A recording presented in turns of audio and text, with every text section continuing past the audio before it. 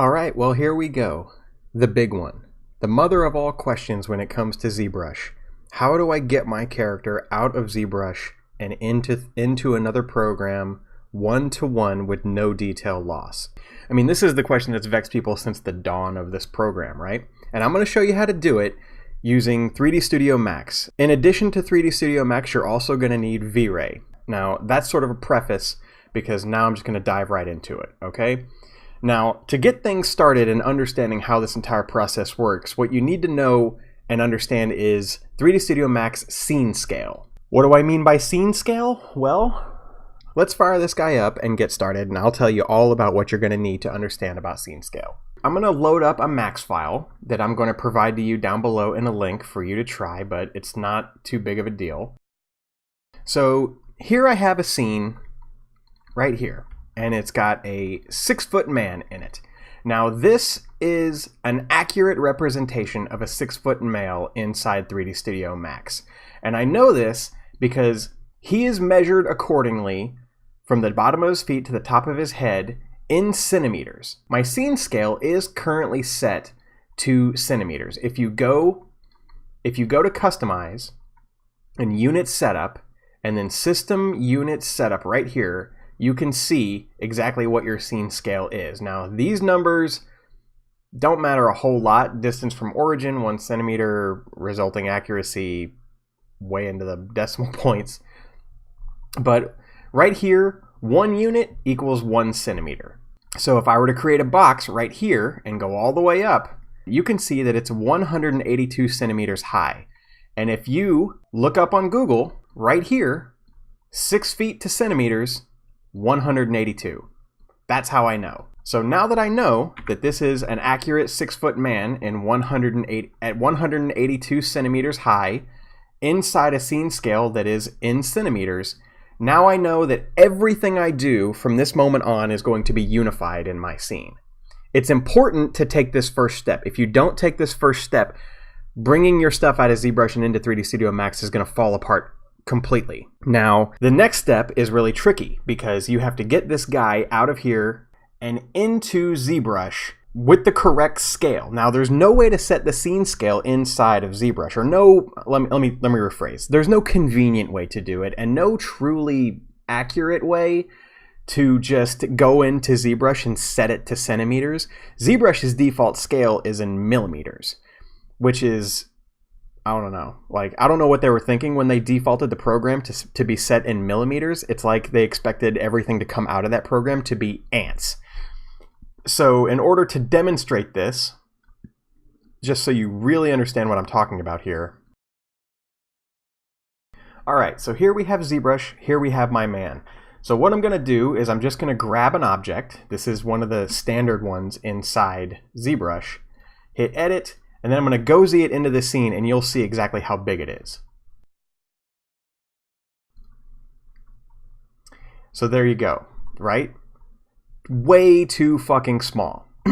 Now, the reason why it's important to get things accurate inside both programs in terms of scale is because once you apply the displacement that's going to make your model match what you have in ZBrush, you can't scale it around. The scale is dependent on the inherent scale of the object itself. So when you grab this guy and then you click on this, you can see right here the scale is all at 100.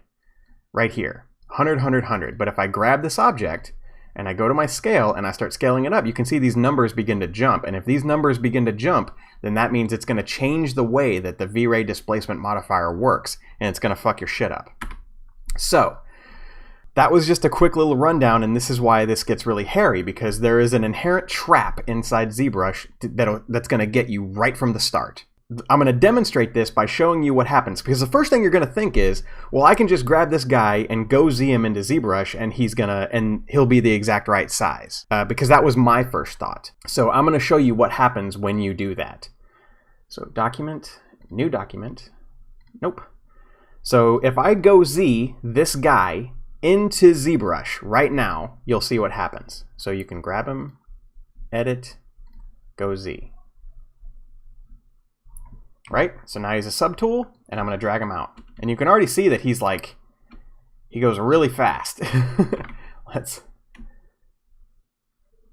All right, bam, edit. Now, here's the problem with what ZBrush does right off the bat when you do it this way. He is the right size.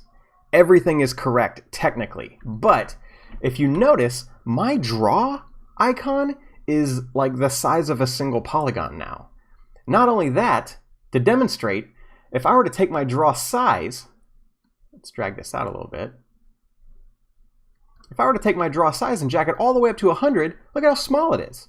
It's like incredibly small. And what some people end up doing at this point is they turn off, if you turn off dynamic right here, which is just a shift click, then it goes back to normal, right? But the problem still persists. Like, this is technically inaccurate. You shouldn't have to turn dynamic off in order to make this work. Now, here's the weird thing about this, is that weirdly enough, if I go Z this model over to ZBrush, then the scale of ZBrush gets kind of out of whack, and you got to start doing things like turning off your dynamic brushes and a lot of caveats. But what you can do is if you just go grab the guy, go to export selected. I'm going to go to my desktop. I'm going to go to my test folder. I'm going to make it an OBJ. There's already a man in here, so I'm just going to call him _version002. Hit save, and make sure the preset is for ZBrush. Export. Come into ZBrush, grab another guy, import, desktop, ZBrush test, man2, hit OK. And there he is. And everything's right. I don't have to turn off dynamic. Everything is correct. It's still right. Now, I don't know why ZBrush does it that way. It's strange. Seems to me like it's some sort of glitch. I don't know. But now these guys are the same. This model here is this model here. The scene scale is correct. So now if I take this model and go Z it back into my scene, he's exactly the same size as my other man. Right? So everything is correct. Just leave it at that. Do not go Z him from max in order to get your scene scale, just to export him out and work on him that way. And then go Z him back into max. Ugh. Just getting started in this tutorial is a mess. So you might have to watch it a few times, but trust me, just do not go Z to get your correct scene scale. So technically, even though I did nothing, this guy is right. Everything is perfectly right. So now, at this point, now that you understand that, I can get started with this tutorial, because already this is 100 times more complicated than it ever should be. This should be the click of a button, but unfortunately it's not, and we're just going to have to roll with it. Now, I'm actually not going to be doing the displacement tests on this guy. You don't want to do them on a full body. I'm going to do them just on a head so you can really see what's going on. So I'm going to delete this guy. I'm going to go to File, Import, Desktop, ZBrush Test, Female Head 001. Import. Close. So there's my head. And if I back my camera out, you can see that it's correct. So now I got my head, and this is an accurate, this is right where the guy's head would have been. At this point, I can go ahead and get started. So just to give you another rundown, I'm going to grab the head. I'm going to go to Export, Selected, Female Head. We're going to make it 02 because that's what we're doing. Make sure it's ZBrush. Hit Export. Done. We're going to come over to here. We're going to make a new document. Grab this guy. Import Female Head 02. Open. Bam. Edit. So here we are. Now we got our head, and everything's fine. Now, I'm going to go to my texture map, and I'm going to see if this guy is unwrapped, and it is actually unwrapped. Either way, what I'm going to do here, just to show you how you can take any model and make this work, I'm going to go to UV Master. I'm just going to go to New Texture. We're going to go here. New from Polypaint. Different UVs. All right, so I've wiped the slate clean, so we're all new on this guy. So now that this guy is UV'd, I'm going to take her, and just to check everything, I'm going to go Z her over to max. Boop. Now it does not overwrite the original head because I exported the head out, but what I can do now is delete that one. This is my new one. Check my UVs. They are the same. Texture map. Bam. They are exactly the same. So now I know that everything is connected properly. So at this point, we can start sculpting on this character. Now, I'm just going to throw a bunch of stuff on here that's like really high detail. So I'm going to go to Geo. I'm going to divide her 4 times. Sure. And then I'm going to like draw a mask on her face. Something a little detailed like that. Maybe some of that action, that, and then bring that down. Some of that, and then you can Control Alt and click the mask a few times and sharpen it up. So now I'm going to invert this. Actually, no, yeah. So just like this, I'm not going to invert it. So now I'm going to go to Surface, and I'm just going to noise her up. I'm going to throw this guy on, and I'm going to throw this guy on, and I'm going to throw this guy on. Cool.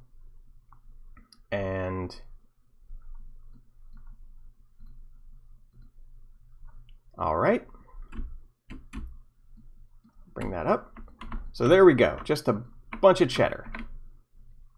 And just to see what we're doing here, create from Polypaint. It's got color on it too, because one of the noise guys had color on it, so that'll be good.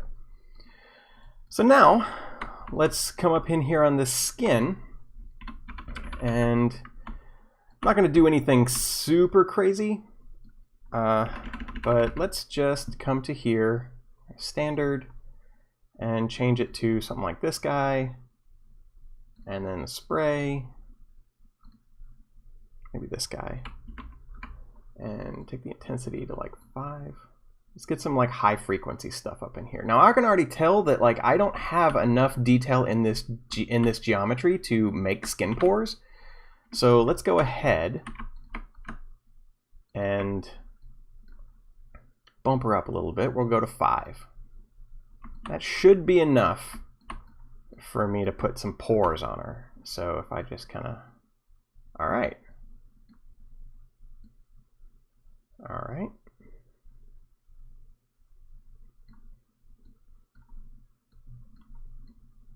Cool, and turn that off. Get some variation going.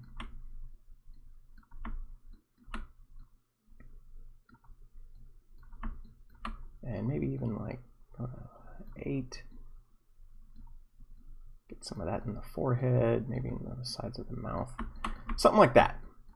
So we have some really high frequency stuff, we got some really minute details, and we got some big stuff. So now I can go back to texture, texture on, totally fine. So now this head is ready to bring over to max, and we're going to recreate all this perfectly inside max, and hopefully you can have a real good understanding of how this works. All right, so now that this is all good and the texture is applied to this guy, the next important step is to go to Z plugin and go to multi-map exporter.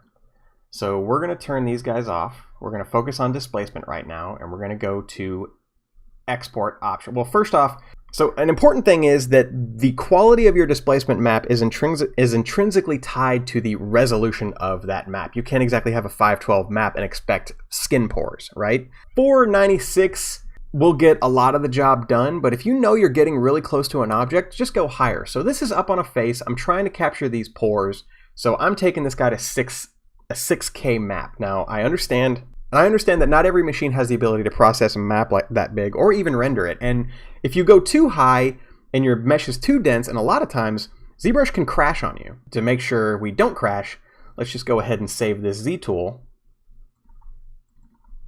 And and female head 02, save, just in case. So that's all saved.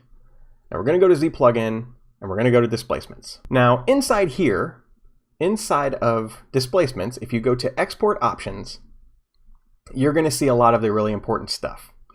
So click on displacement and now you get all this crazy shit, right? This stuff is more or less designed to confuse you. But just know that these settings that I have right here are correct. So if your settings say anything other than what I have here, which is subdiv level 1 as your base, that's where it generates the map from. So go down to subdivision level 1, it's going to generate the maps based on the location of the polys of that object. DP sub pixels 4, so you can see right here it says higher values equal better quality. Take it all the way to the max. You want it to be the best. For best results, set to 0 for 32-bit for displacement mid value. So we are going to make it a 32-bit map. It is going to be an EXR, so we want that to be 0. Adaptive, smooth UAV, 3 channels, doesn't matter. Scale is going to be 1. You want 1 scale. Intensity, 0. 16-bit doesn't matter because we're rendering it in 32-bit. We don't need to get the scale because we've already worked that out, right? So everything is right. Now I'm going to go ahead and throw the texture from Polypaint on here so I can just create it anyway. And at this point, we can create our maps. So let's hit create. We're already in ZBrush test. It's going to call female head 02, save. And then you have to wait for it to generate the maps. Awesome. So 3 minutes, 23 seconds, not too bad. I actually did think it crashed there for a second. Oof. But here we go. We got our head here, we've exported it out, and now the important thing is to go down to the lowest subdivision level, or whatever. We don't have to, truthfully.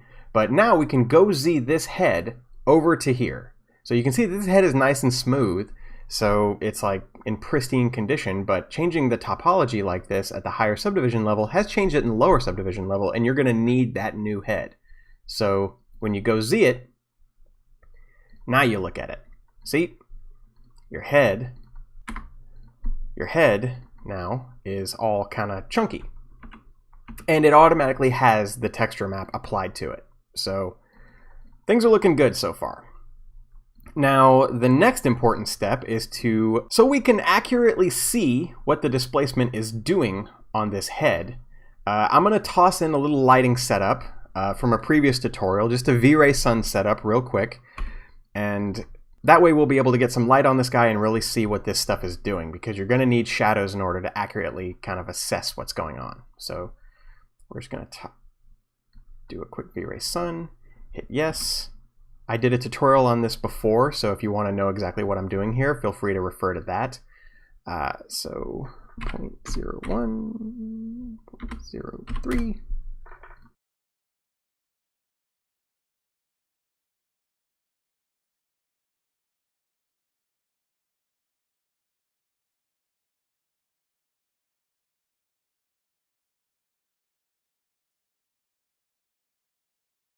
And we're going to give it a render. Cool, not too bad. So the lighting's all set up, everything's looking pretty good, low poly geo. So now is the fun part. Now we get to make this guy look just like this guy. So let's close this. Let's actually change our render output to 1920. Actually, let's just do 1280, why not? And show safe frames. Zoom out a little bit. Turn lighting off. And render again.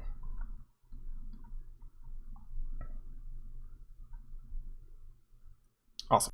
So now that we have everything set up, we have our lighting, we've got our head in here. And all we have to do is apply the displacement maps. So I'm going to go ahead and save this scene. ZBrush to M2. No problem. So now, just as a rule of thumb, you can do this a few ways. But the way that I like to do it is I will put a turbo smooth on this head right here at 1. And if it's making your scene pretty intense, you can turn on isoline display, which will get rid of the excess polygons inside your viewport. You don't want to turn it to render iterations. You're going to want it to be 1. So save. And the next thing you're going to apply is the VRAY Displacement modifier right here. VRAY Displacement mod.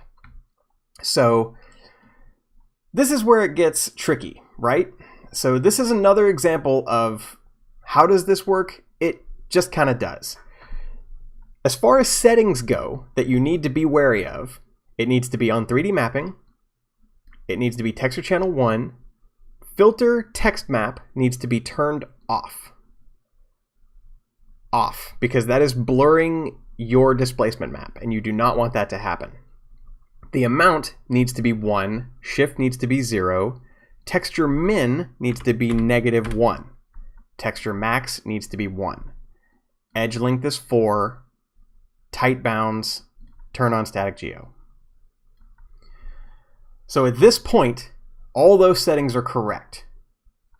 So now all we have to do is, and this is the way that I like to do it. Technically, you could just load up the map directly from here. But what I'm going to do is I'm going to load it into the material editor just by bringing this guy in. Desktop, Zbrush test. And this guy right here is going to be your displacement map. And you can see right here it's in black and white pretty much. It's pretty gross looking. You're going to wonder how this is ever going to work. Bring it out here as an instance. Now the reason I do it this way is so I can show you the settings in here that you have to change. Because if you notice right here at blur, it's at 1. Which means you do not want this image to blur. You want this image to be as sharp and crisp as humanly possible. So you're going to turn that to 0, even though it can only go to 0.01. And down here where it says filtering, you're going to hit none, because you want this to be unfiltered. This is straight up the image. So at this point, you can grab this guy, bring him over here to texture map, and do an instance, which is totally fine. Now, I believe I have everything set up properly. So if I render this guy, it should look exactly like this. And let's see if I'm right. It's pretty fucking close, boys and girls. It's pretty close. Now, one thing that you're going to need to know when you're doing stuff like this is that what you see in here, like these cool specular highlights and like all this shit, that's not real. What this really is this. That's what it is. You're not going to get all of this cool, shiny shit to come over here. Like, that's going to require you to get into the material editor and play around with it and understand what you're doing and all that stuff. But I can already see right here, like I've got little fractally details in the head. It's really, really good. And because I just slapped this thing together, like you're getting imperfections right here. Like I was just running noise modifiers on top of noise modifiers, so you can't really fault it. The stretching that's present right here in the neck is also present right here, and this is pretty good. Like, no one's going to fault you for this, depending on how close you're getting to a thing. Clearly, if you're getting all the way up on a face, then I'm going to go in, I'm going to model the pores perfectly, I'm going to do everything correctly, and I will render bigger than 6K. I'll go as big as I need to make it look good for that shot, because you already, when you get into the visual effects world, you already hear people talking about stuff like tools like Mari that can make 32,000 pixel like displacement maps that they use in movies like Avatar. Yes, you're not going to get the apes from Planet of the Apes, you know, on like a home computer. That's like crazy hardware that makes that stuff happen. But this does work. We're going from this head right here, render, that guy right there, to this guy. And that's how you get stuff out of ZBrush. There's a lot of steps. There's a lot of like keeping note of stuff. There's making sure that your scene is in the proper scale of being 1 centimeter.